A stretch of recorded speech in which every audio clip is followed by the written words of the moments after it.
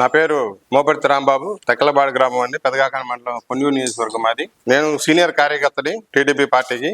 మా ఊర్లో నా స్వశక్తితో నేను కళ్యాణ మండపం కూడా కట్టుకున్నా. 2019 నవంబర్ 6వ తారీఖు నేను ఓపెన్ చేశాను. తర్వాత 2020 మనకి కరోనా టైంలో కళ్యాణ మండపం బిజినెస్ సరిగ్గా సాగల. ఒక 1 ఇయర్ పాటు నాకు బాగా ఇబ్బంది పడ్డాం. తర్వాత నేను తీసుకున్న కూడా బ్యాంక్ లోన్లు తీసుకుని నేను కట్టుకోవడం జరిగింది. కరోనా విషయంలో కానివ్వండి, తర్వాత ఈ మాకు నందివేలు రోడ్డు విషయంలో కానీ కొద్దిగా మాకు బిజినెస్ నడవబోయేసరికి బ్యాంకులో నేను అప్పు పడ్డా. వాళ్ళు ఏం చేశారంటే బ్యాంక్ వాళ్ళు, కెనరా బ్యాంక్ వాళ్ళు అకౌంట్ ని ఎన్పీ చేసి ఆక్షన్ చేశారు. ఆక్షన్ లో ఎవరు రావాల. ఒక అట్లా 2 ఇయర్స్ పాటు ఆక్షన్ జరుగుతుంది. ఆక్షన్ కి అయితే ఎవరు రాలా. 2019 నేను ఓపెన్ చేసింది. అప్పటి నుంచి ఒక 2 ఇయర్స్ 3 ఇయర్స్ నేను ఇన్స్టాల్మెంట్ కట్టా. చివరిలో నేను ఎప్పుడంటే ఎన్పీ అయింది 23-24లో నేను ఎన్పీ అయ్యా. ఇన్స్టాల్మెంట్స్ కట్టలేకపోవటం. ఆ టైంలో వాళ్ళు డిసెంబర్ 24న వాళ్ళు ఆక్షన్ పెట్టారు. అది కూడా ఎవరు రాకపోతే బ్యాంకు వాళ్ళు ఇప్పుడు ఎవరైతే కొన్నారో సుబ్బారావు అండుకో వీళ్ళందరూ కలిసి పొల్యూట్ అయ్యి ఒకే ఒక బెటర్ వచ్చింది కూడా.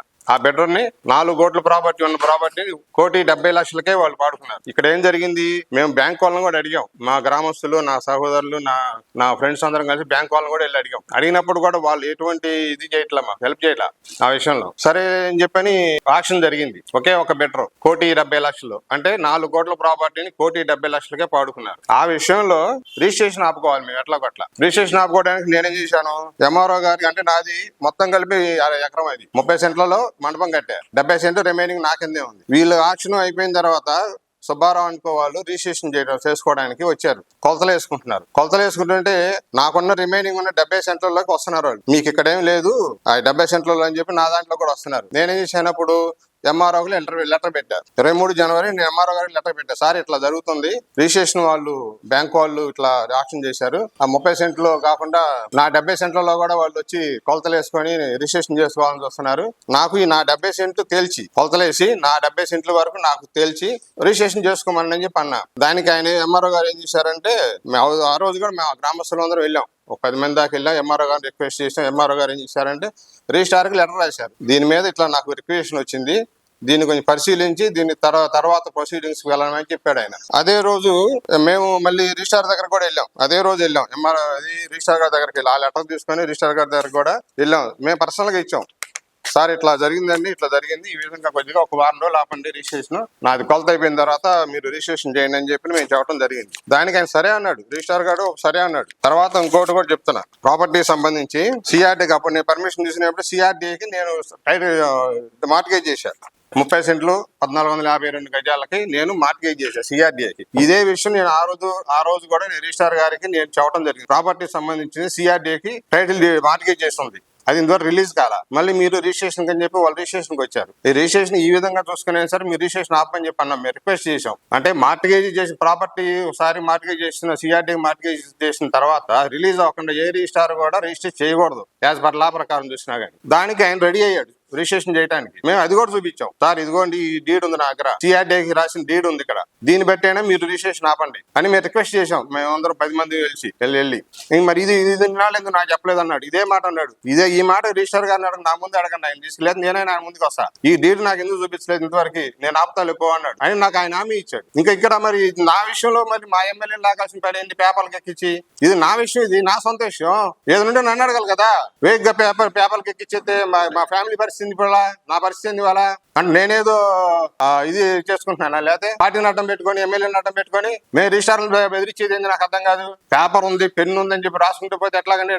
మా బాధ మాకుంది. 4 కోట్ల ప్రాపర్టీ 1.5 కోటి దాన్ని మేమేమనుకోవాలా? ఆ ప్రెస్టేషన్ లో మేము ఉంటాం. ఈ లోపల మా ఫ్యామిలీని మమ్మల్ని పేపర్కి ఎక్కించేది ఎట్లా? ఈ విషయంలో ఒకే ఒకసారి నేను ఎమ్మెల్యే దగ్గరికి వెళ్ళా.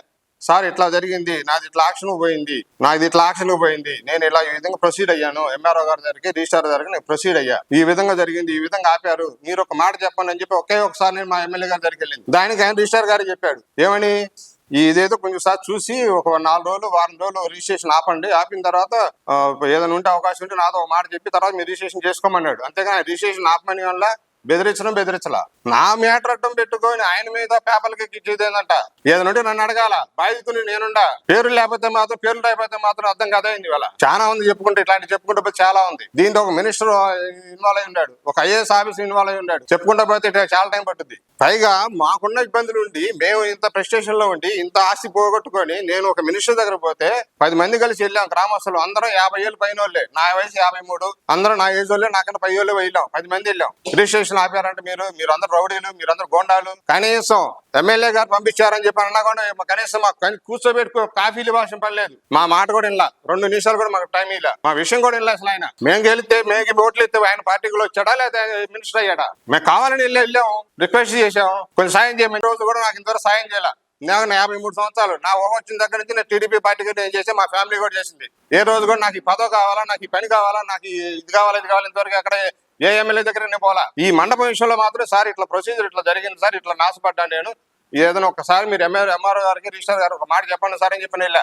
నన్ను అడ్డం పెట్టుకొని, నా పేరు అడ్డం పెట్టుకొని, నా ఆస్తిని అడ్డం పెట్టుకొని పేపర్లకు ఎక్కించి ఏం పాపుకుందాం అని మీరందరూ.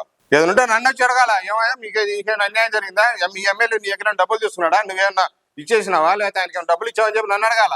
అదేమి లేకుండా నన్ను అడ్డం పెట్టుకొని నా పేపర్లకు ఎక్కించి, నా ఫోటోలు, నా పేపర్లు, నా పేర్లు, నా ఆస్తి గురించి, మా ఎమ్మెల్యే గారి విషయంలో మాత్రం నన్ను అడ్డం పెట్టుకొని ఆయన బదనాం చేయాలని చూస్తున్నారు కొంతమంది. ఎవరైనా నాకు తెలియదు వాళ్ళు ఎవరు. నన్ను అడ్డం పెట్టుకొని, నా విషయాన్ని అడ్డం పెట్టుకొని, నేను ఎన్ని రికార్డుగా ఉన్నాయి మీకు అందరికి. నేను అవసరమైతే మీకు నేను ఫోటో షాట్లు ఇస్తా, మీకు మొత్తం ఇస్తా, ఏ ఇబ్బంది లేదు. అన్ని నా దగ్గర అన్ని ప్రొసీడింగ్స్ అన్ని ఉన్నాయి, ఏ విధంగా ఎలా ప్రొసీడ్ అయ్యాను అన్ని ఉన్నాయి నా దగ్గర. ఈ విషయంలో అయితే మాత్రం నేను చాలా ఖండిస్తున్నాను. నన్ను అడ్డం పెట్టుకొని మాత్రం మీరు అట్లా ఎవరినో బదనాం చేయాల్సిన పని లేదు. ఏదంటే నన్ను ఎక్స్ప్లెనేషన్ అడగండి, నేను చెప్తా, ప్రతిదానికి నేను చెప్తా.